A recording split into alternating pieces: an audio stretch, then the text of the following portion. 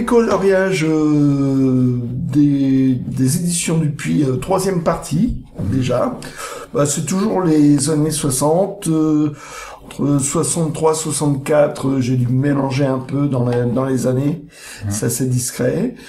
Donc, bah, c'est toujours très joli parce que c'est des illustrations inédites pour des livres de coloriage. Qui sont à des prix exorbitants à l'heure actuelle pour une douzaine de pages. Ouais. Donc, comme je trouve ça extrêmement cher et que je trouve des images sur Internet, eh ben on se les montre. Voilà. Voilà. Et comme ça vous permettra de les découvrir. Si vous avez énormément de chance, peut-être de les tomber dessus. Dans un vide-grenier ou plutôt de préférence en Belgique. Donc c'était belge. C'est diffusé. Je suppose que c'est diffusé principalement en Belgique. D'accord. Donc si peut-être dans la boutique parisienne. Il y a une boutique à Paris. Si vous êtes près de la frontière, allez chiner en Belgique avec de la chance. Voilà, donc effectivement, c'est assez superbe. Là, on voit sur la gauche là la présentation de tous les héros avec en bilingue. Oui, c'est vrai. Oui. Ouais, c'est assez sympa. Hein. Et là, alors ça va, chaque fois que je vois le Spirou avec les crayons de couleur derrière, je pense à la publicité qui était dans le journal.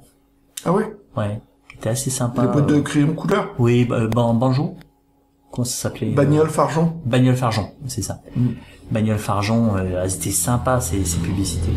Alors ça aussi, j'ai récupéré des images. Faudrait que je fasse un montage. Ah, ok. Donc là, on s'occupe déjà de ça. Hein, ok, oui, d'accord. Oui, bien sûr. Donc bravo pour le gros travail, parce que c'est le geek belge qui a tout rassemblé. Voilà. Ok. Tu vois, là, la définition est bonne. Là, c'est en tout petit. J'ai fait ce que j'ai pu. Donc, voilà, des illustrations là, de Maurice. Ouais, ça a l'air d'être fait exprès. Pour moi, c'est pas tiré d'un album. Hop. La Starter. Avec Pipette. Voilà, avec les cheveux roux. Donc, ça, il y a eu, comme je disais, 2-3 bandes dessinées avec Starter. Après, c'est Sophie, un personnage secondaire qui a pris la vedette et qui est devenu Starter. Non, il est devenu personnage secondaire, c'est tout. Mais sinon, il faisait des chroniques auto. Ça a duré super longtemps dans le journal Spirou, entre les années, j'ai envie de dire presque années 50. Jusqu'à facilement 80. Ouais, parce que fin 80. Quand j'étais abonné, il y avait encore la chronique de Starter. Donc c'était là. Gilles Jourdan. Donc Gilles Jourdan, c'est ça n'a rien à voir avec un album. Donc c'est sur le thème des vacances. On voit pas Gilles Jourdan. Ouais, quelque part on voit que les pitres. Quasiment. Oui. Et le journal, en fait, est hyper pratique. Ça permet de masquer Gilles Jourdan. Alors, c'est marrant, c'est que les jambes, en fait, sont... Non, ça permet de masquer les seins de Cerise. Que de Cerise. C'est la fille. Ah, ok. D'accord. Pour moi, c'est la fille. Bon, la définition est pas bonne, mais pas bonne. Pour moi, c'est Cerise. Ça expliquerait pourquoi. Parce que je vous dis, les jambes sont très féminines. Donc, c'est que de Cerise, ok. Un Cerise. Pour moi, ouais. Ah ouais. Donc il y a juste les personnages secondaires. Quoi. Voilà, Crouton, Libellule. Et pour moi, c'est Cerise. Voilà, donc ça. Ok. Là, je comprends mieux. Donc Gilles Jourdan, c'est le personnage sérieux, quoi. Voilà. Lui, il est tellement sérieux qu'il prend pas de vacances. Ouais, et puis Cerise, elle c'est une fille. Pas une victime, c'est pas la faible femme. Ah non, elle a une personnalité et en fait elle amène du plus dans l'histoire, c'est super. C'est une bonne équipe, je trouve. Ouais. Alors un Spirou bien sympa là, toujours. Ouais. Et en fait dans ce genre d'illustration, ce qui est sympa, c'est qu'en fait la composition est chouette parce que tous les petits éléments justement qui tombent de la montgolfière permettent à la personne qui va faire le coloriage d'avoir des couleurs totalement différentes.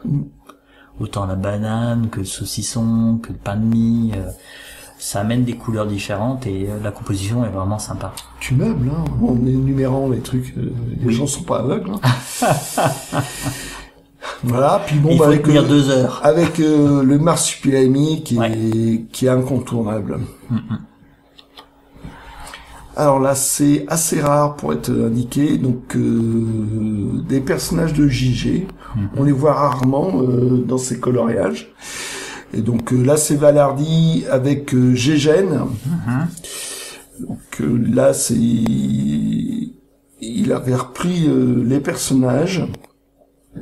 Et là, je pense que c'est vers la fin, parce que je crois qu'il arrête vers 1965. Gégène devient une idole des jeunes, comme style Johnny Hallyday. Ah ouais, c'est vraiment... Et c'est pas les meilleurs scénarios. Hein. Là, ils ont l'air d'être sur un circuit, parce qu'on voit au loin comme un pneu qui formait un pont. Oui. Et ça me dit quelque chose, justement. C'est dans les dernières histoires. Ça a rapport avec une dernière histoire. Okay. Je me rappelle plus, mais c'est dans les dernières. D'accord. Alors, les Schtroumpfs. Hein.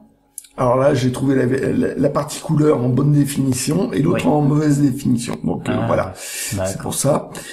Donc une scène vachement sympa. Ouais, elle est très sympa. Là, on retrouve je trouve Grognon, tous. Enfin, les principaux. Bonne représentation. Ouais. Là aussi, c'est assez rare. Enfin, on les voit pas souvent, je crois, dans les livres de coloriage. Bon, l'épisode d'avant, on l'a fait il y a très longtemps. Donc, oui, c'est ça. Oublié. Oui, pareil. Il y a même le coup de la montgolfière. Je me dis tiens, on n'a pas déjà vu ça. Par contre, en fait, je pense à ça là, le jaune. Alors là, je pense que le gamin, il est passé son crayon, quoi. Parce qu'avec la voile jaune, bon. Donc voilà, donc avec Tapir, le pitre de l'équipe, et le reste. Avec sa moto customisée. Donc ça du Haussmann, Saki et Zuni, des personnages qui n'ont pas connu d'albums, enfin notamment chez Dupuis, quoi. Ça a jamais été une série, mais ça a quand même sa présence dans le coloriage, parce que c'était vraiment le coloriage par rapport au journal. Oui. Parce que le journal était prépondérant par rapport aux albums à l'époque. Oui, c'est ça. Et donc c'était les lecteurs du journal qui voulaient retrouver tous les auteurs qui étaient dedans, quoi. Ouais. C'est vrai que c'est tous les personnages qui étaient dedans. C'est vrai que c'est quelque chose qu'on a oublié, puisque maintenant c'est l'album qui prédomine. Il pouvait y avoir des auteurs qui étaient des personnages qui étaient très connus et qui n'avaient pas d'album. Ouais.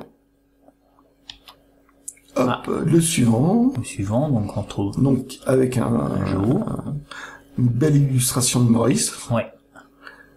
Là vraiment, tu sens que c'est vraiment fait exprès pour ce livre de coloriage. Bon, cette illustration. Avec un pinceau, avec ses couleurs. Ouais. C'est chouette. Hein. Ouais. Donc là, toujours pareil. Donc là, on sent vraiment que l'ancrage, ça peut pas être Franquin. La composition, je pense qu'elle pourrait être Franquin, mais je sais pas, ça a pas l'air d'être entièrement du Franquin. Je crois que j'en ai parlé la dernière fois, mais comme on l'a fait il y a très longtemps, je me disais que en fait, finalement, tous les éléments extérieurs comme la guitare, la guitare, le bateau, la raquette, la valise. C'est bien, tu reconnais les objets. Voilà. Et en fait, tous ces objets-là pourraient être faits par n'importe qui, par quelqu'un de son studio, et en fait donc en fait ça pourrait ne pas être Franquin, en fait. Exact. Moi je trouve que tu vois la forme de la guitare, tu vois ce genre de déformation, ça a l'air d'être un croquis de Franquin terminé par quelqu'un d'autre. C'est un peu le fait qu'elle soit un peu déformée. C'est vrai qu'on en voit pas mal des guitares dans Gaston Lagaffe. Ouais. C'est vrai qu'il a souvent sa guitare. C'est vraiment cette façon de déformer un peu les objets. Ok. Hop. Là, pareil, Jerry Spring, t'en vois très peu dans les livres de coloriage. Donc là, je pense que c'est vraiment Ouais, parce que ça a l'air d'être une scène faite pour le coloriage. J'ai pas l'impression que ce soit pour un album. Je ne pourrais pas te dire. Je connais pas suffisamment Jerry String pour être affirmatif. Ouais. Donc, bon, ça fait une jolie scène, quoi. Oui. Alors, un Bully Bill, forcément, ça marchait vraiment bien. Ouais, sympathique. Ouais. C'est assez rigolo. Une scène de Lucky Luke. Alors, cette façon de jongler avec des objets, il l'a bien recyclé. Hein, parce que il me semble qu'il y a au moins 2-3 illustrations, il reprend la même motif, quoi. Oui. Donc c'est toujours cette idée, en fait, on a le personnage de Spirou, mais en fait il y a plein d'objets qui apparaissent. De Spirou, de Lucky Luke. Non, le personnage de Spirou, de la revue Spirou, et qu'à chaque fois il place des objets pour faire une variété de couleurs, cette illustration de oui, c'est Luke. Il refait le coup plusieurs fois avec des objets spécifiques qui rappellent vraiment le western, quoi. Oui. Hop là. Hop. Encore Starter et Pipette qu'on voit même pas parce qu'il est en train de réparer Zoé qui avait une intelligence artificielle. Ah, c'était un petit peu comme K2000. Ouais, il y avait un truc comme ça. Je sais plus comment la voiture devenait intelligente. Ouais. Donc c'est pas Christine, ça va. Donc on retrouve Starter et Pipette. Et Zoé. Et Zoé en dessin. Ouais. Alors là, c'est Bara. Je ne me rappelle plus du nom du personnage. Visuellement, ça me dit quelque chose, mais j'en souviens plus non plus. Max l'explorateur. Ah, bravo. Ça revient de loin, là. Bara, on le voyait quand même assez rarement dans le journal. Ça n'a jamais... pas accroché. Je sais pas. Je crois qu'il était dans des gags de poche.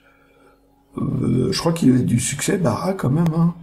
Mais je me souviens d'avoir lu. C'est lui, il est plus dans le domaine de pas du dessin de presse, mais tu sais des strips, quoi, un petit peu. Ou un truc à une seule case, tu vois. Donc on le voyait de temps en temps dans le journal, mais assez rarement, quoi. Ok. Alors une bonne scène de bagarre, Jean et Pierre-Louis. Alors pour moi, ça ressemble vachement à une scène qu'on voit dans les sortilèges de Maltrochu. Ouais, moi l'image en fait où il bondit pour donner un coup de masse d'armes avec son expression de colère, ça m'évoque quelque chose, quoi. Alors peut-être pas une masse d'armes, mais ça m'évoque quelque chose. Moi ça me rappelle pas mal ça ou un autre album, mais ça m'a l'air vraiment tiré d'un album. Hop. Alors, un bobo, donc par De Liège. Il me semble qu'on prononce, je sais pas comment on prononce. Parce que moi, sur les prononciations, pendant longtemps, j'ai dit De Liège, et puis il y avait la ville de Liège. C'est vrai que j'ai toujours dit De Liège. Mais c'est vrai qu'effectivement, on a les prononciations. On n'a pas toujours les bonnes. Ben non. Donc s'il y en a qui savent, qui mettent en commentaire. Donc là, comment il s'appelle son bagne, c'est In the Pocket. Oui. In the Pocket, c'est ça. Et là, c'est encore un dessin très naïf. Oui. C'est au début. Hein. Ouais, mais c'était volontairement naïf, quoi.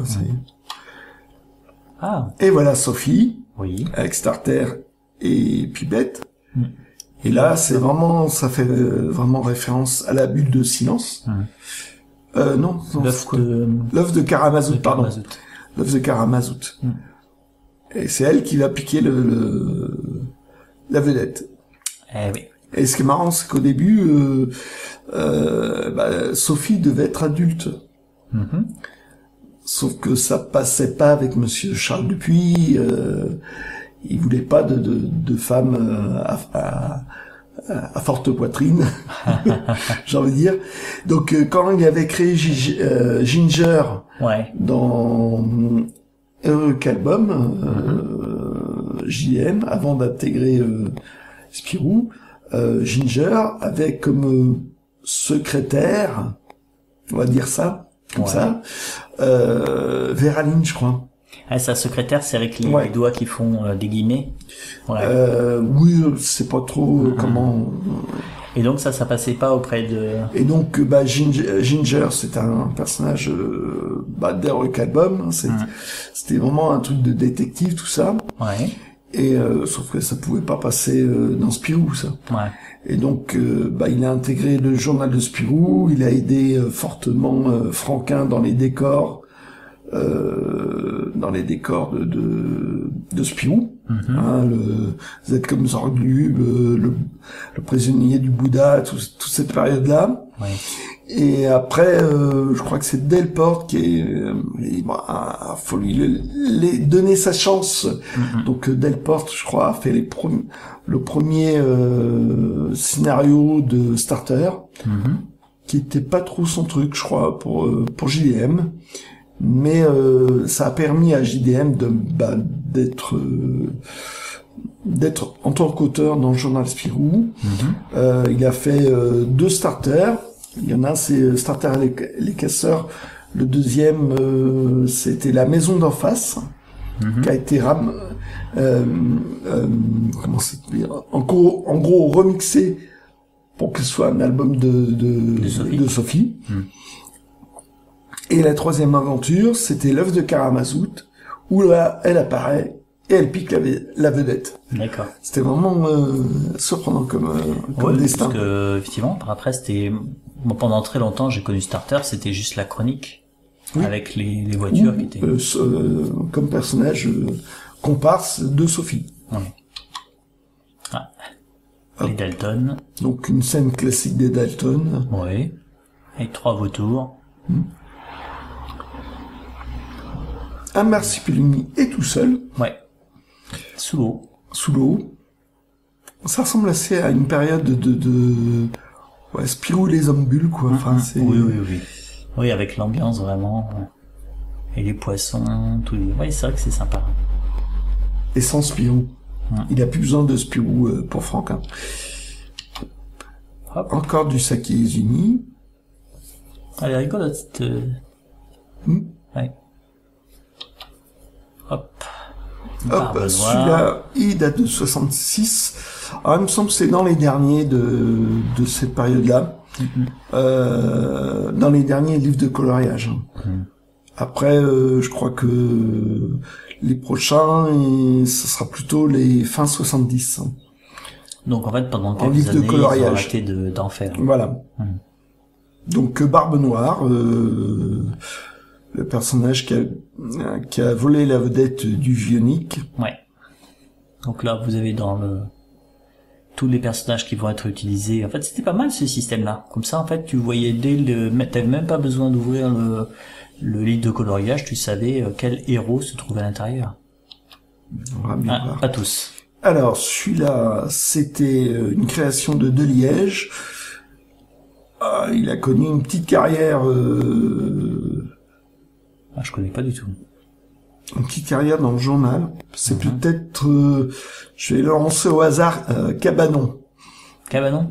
Oui, mais sans être certain. Je connais pas. Je sais qu'il existe. Et c'est pas trop ma tasse de thé quand je feuillette les recueils Spirou. Mais bon, il existe. Il me semble bien que je dis pas de bêtises en disant que c'est de Liège. Hop, Barbe Noire. Barbe Noire, alors là, c'est vraiment le service minimum. Ouais, totalement. Ils ont repris le dessin, et hop, des objets à côté, qui doivent être pas du tout de remacle, ça sent pas du tout au style. Ouais, puis t'as même un aspirateur, je vois pas trop le rapport avec les pirates. Oui, c'est vrai, ça. C'est pour ça que je me dis, c'est vraiment dans les derniers, tu vois, ça, faire des dessins pour les coloriages, ça devait commencer à casser les pieds aux auteurs. Ouais. Autant le reste, tu dis, c'est une certaine logique pour nettoyer le pont, tout ce qu'il faut, mais là, l'aspirateur... Là, tu vois, c'est pareil. Hein. Ouais, donc là, ça doit être pour les débuts de Sibylline, donc ça doit être Taboo, je suppose.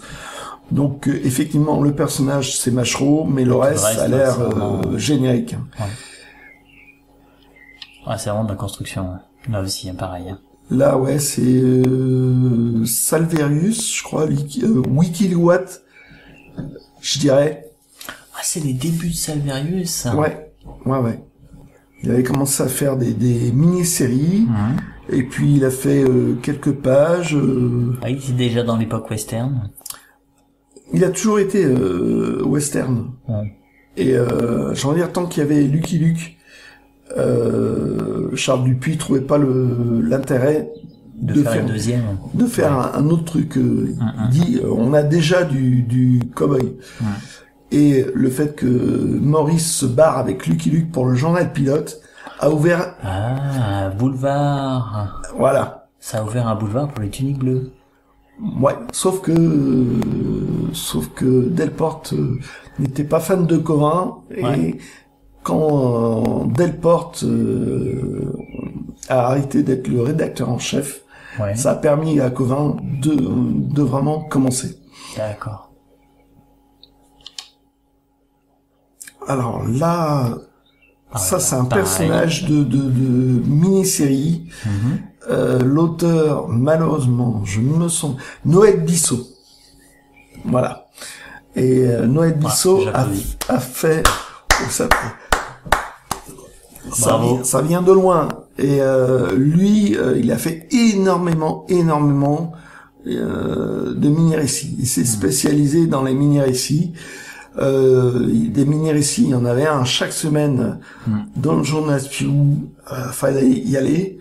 Les auteurs principaux, ils étaient occupés par leur grande série, quoi. Par leur grande série. Bon. Mais c'était pas mal, ça laissait quelque part pour les auteurs qui voulaient percer, ça faisait un banc d'essai, c'était super. Oui, il y en a pas mal qui ont commencé. Hein. Il y avait de Liège, il y avait De Vos qui avait commencé Génial Olivier dedans. Ouais, t'as eu De Jettier, il me semble, qui en a fait. Et, j'en ai un Ben aussi, qui a fait Mick Macadam par la suite.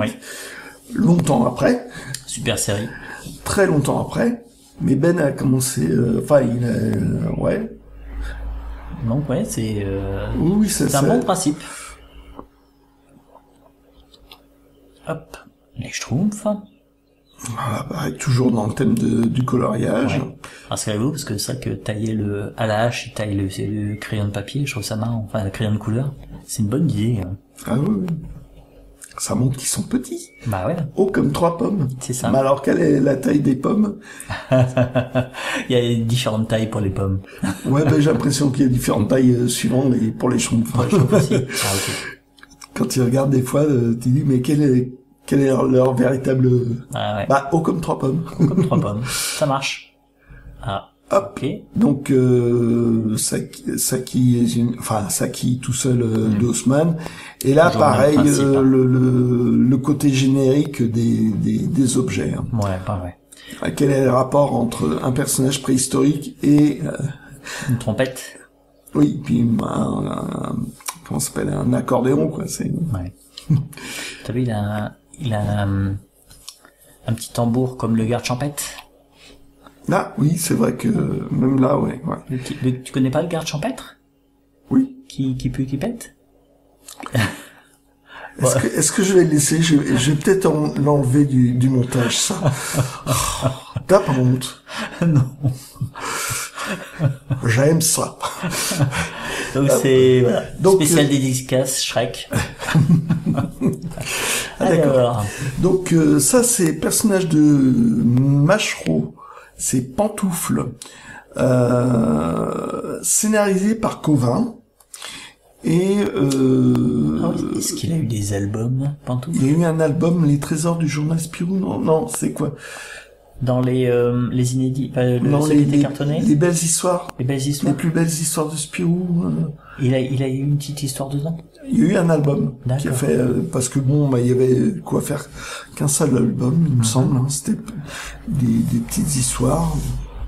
Ah, je me souviens d'une couverture d'un Spirou qui était superbe. un Schtroumpf. Un Schtroumpf, ouais, pareil, un minimum syndical. Ouais, vu la taille de la gomme, c'est des petites pommes, là. Ouais. Ah, c'est vrai, du minimum syndical. En fait, t'as vraiment l'impression que tous les objets ont été faits par un même studio et qu'en fait, ils ont juste rajouté...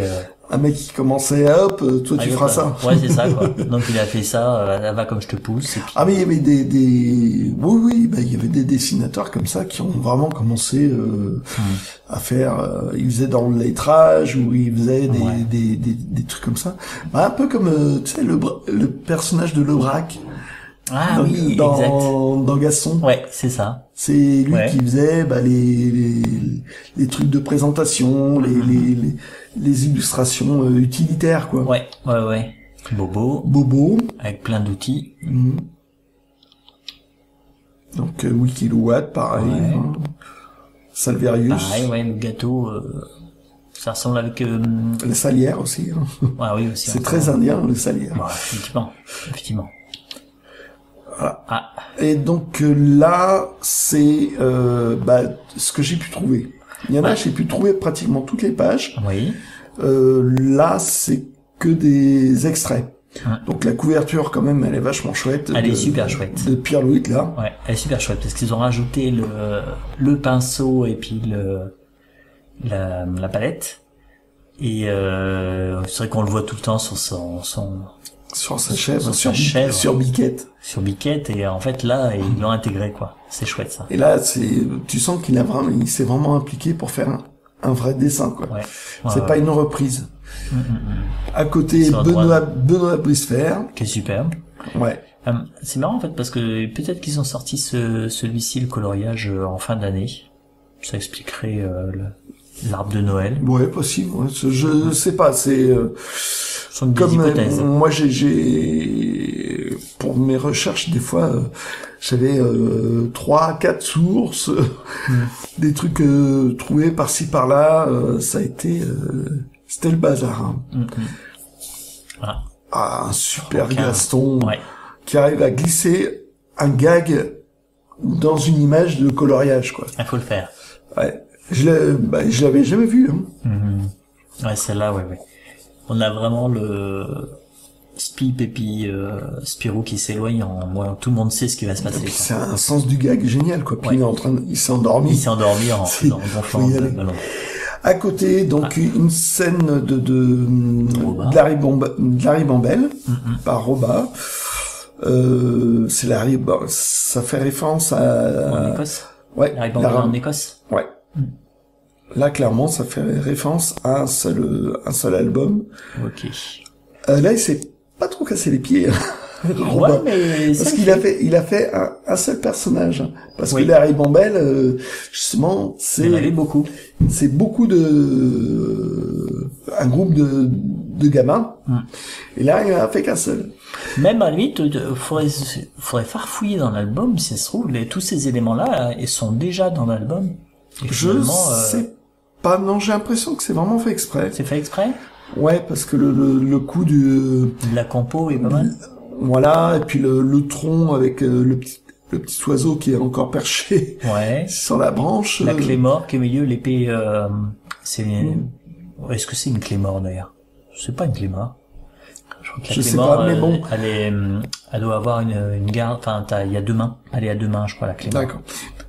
Bah là, c'est toujours la même anecdote. C'était une série qui était sympa, mais il y avait trop de personnages pour Roba. Donc il a arrêté. Et puis bon, le succès de Bully Bill. Ouais, puis il y a Bully Bill a un tel succès que. Mais moi, c'est dommage. Hein. J'aimais bien cette série. C'était sympa. Ouais.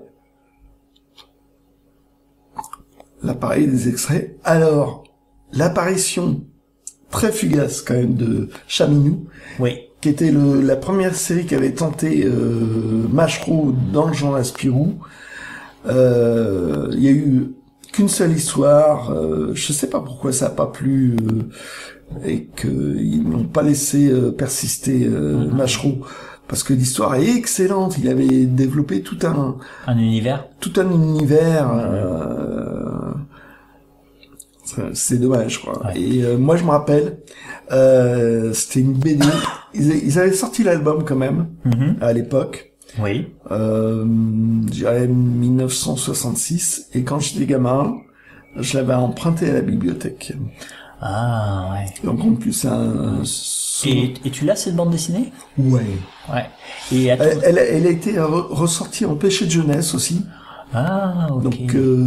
Donc, même le Péché de jeunesse, faut y aller pour faut trouver. Faut y trouver maintenant. Ouais. Mais ouais, l'histoire est vraiment très très chouette. Et à ton avis, l'illustration, elle a été créée pour Ah oui. l'album de coloriage? Oui, parce que Chaminou, ok. À côté, il y a son comparse qui est gardien de prison, je crois. La femme pélican, c'est sa secrétaire, mais totalement idiote, qui danse avec le méchant. Ah, donc oui, non, ça peut pas être une scène de l'histoire. Ok. Voilà. Bon, sur la droite. Et puis la droite. Franquin. Ah, du pur Franquin, très joli. Ouais, superbe. Ouais. Très joli. Il y a rien d'autre à dire. Hop. Ah, super. Là, pareil. Jamais avec le petit dessin de Fantasio. Un beau marsupilami. Ouais. Hop. Ça, c'est une chouette scène. Hein.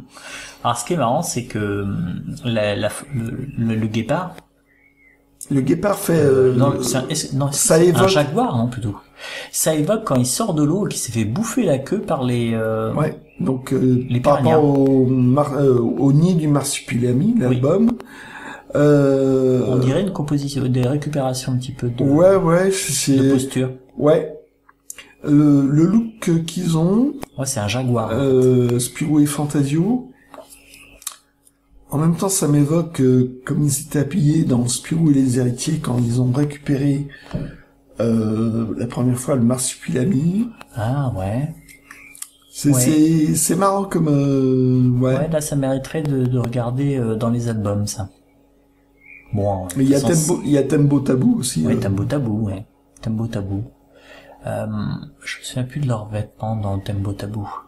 Et puis bon, le perroquet, bon bah là, on s'attend presque à ce qu'il se fasse arracher la plume. Le nid du marsupilami, mais je sais pas, c'est.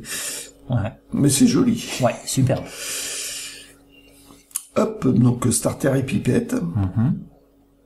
Ouais, j'ai dû mélanger un peu les époques, hein, parce que là, il n'y a pas encore Sophie. Hein. Ouais. Un Lucky Luke.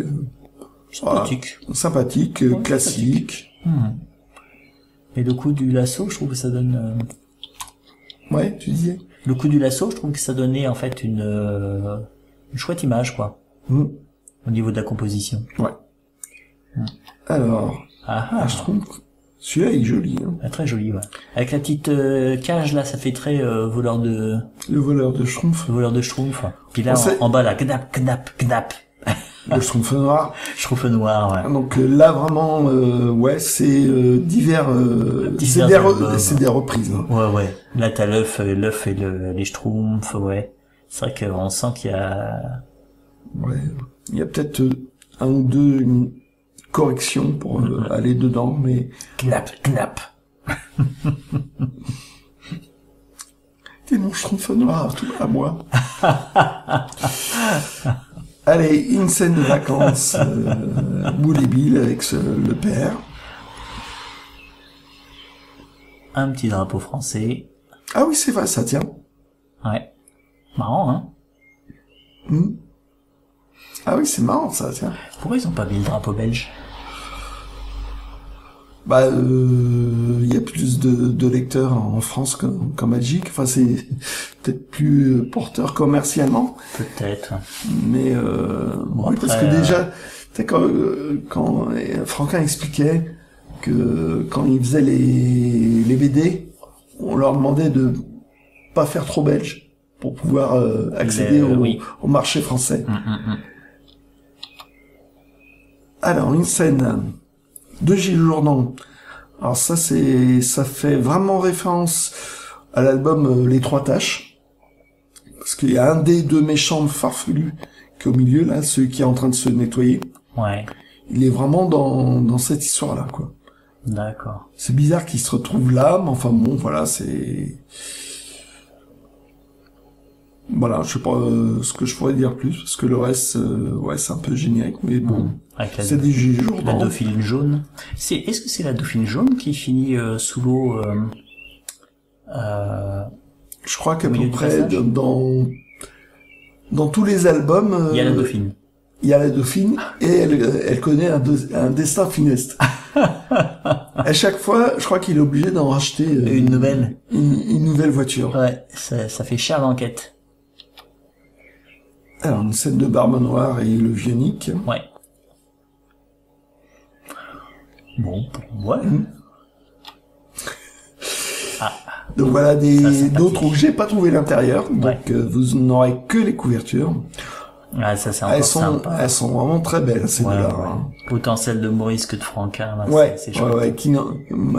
Lucky Luke en train de peindre les barreaux de prison, ça c'est vraiment bien trouvé. Non, c'est super chouette. Et puis Gaston qui fait des aides parce qu'il dort sur son tableau, ça c'est royal aussi. Ouais. Voilà. Alors là, c'est je fais un saut en arrière, donc c'est de 1958. C'est que tu les as retrouvés j'ai retrouvé après qu'on ait fait la deuxième vidéo. Oh, ok. Donc Spirou musicien, je sais pas du tout à quoi ça fait référence. Tu vois, il y a un petit trou ici. Oui. Parce que c'est un disque. Oui, regarde, oui, on voit la forme du disque. Donc il y avait un vinyle qui était dedans qui a marqué la couverture. Je sais pas du tout. S'il y a quelqu'un qui a plus de renseignements, faut me le dire. Mais je sais pas à quoi ça correspond. D'accord. Donc là, t'as la forme d'un disque là. Donc c'est bilingue Spirou Rebedose. On retrouve quand même le motif avec les crayons de couleur, donc il se toujours. Et puis bon, tu vois que le dessin est pas vraiment de Franquin. Il y a peut-être Denis, un élève de Franquin qui a dû s'en occuper. Ok. Et il y a une scène quand même vachement sympa. Ouais. Inspirée de repère de la Murène. À voir si en fait ça n'a pas été repris dans certaines vignettes. Ça ressemble beaucoup. C'est vrai que ça pourrait ressembler avec une sorte de décalque, je pense, avec une composition pour intégrer le marsupilami. Il y a moitié décalque et moitié composition, quoi. Oui. Et surtout, c'est que la queue, en fait, la sert pour relier avec le personnage de Fantasio qui est auteur. Donc ça permet vraiment de faire une seule plage. Ouais, c'est ça. Voilà, pareil, donc j'ai découvert après coup. Donc c'est sympa. Hop. La corne de rhinocéros. Donc là, ça fait clairement référence à la corne de rhinocéros. Et puis pour l'éléphant... ça peut peut-être évoquer les voleurs du marsupilami. Oui. C'est très... c'est très librement inspiré, quoi. Mais bon, c'est pas rejeté. Non. Et puis la composition est bien, quoi. À chaque fois, il y a un animal, un des personnages principaux. Non, elle est chouette, hein. Et voilà, c'est la fin. Bon, voilà. Bon, c'est bien de belles choses. Donc, effectivement... Donc, il nous restera une partie avec des livres de coloriage bien plus tardifs sur un seul personnage. Oui. Tu parlais des fins des années 70, c'est ça? Oui. Donc là, on a un bon 10 ans, quoi. Voilà. Bon, voilà. À bientôt, alors. Ciao. Ciao.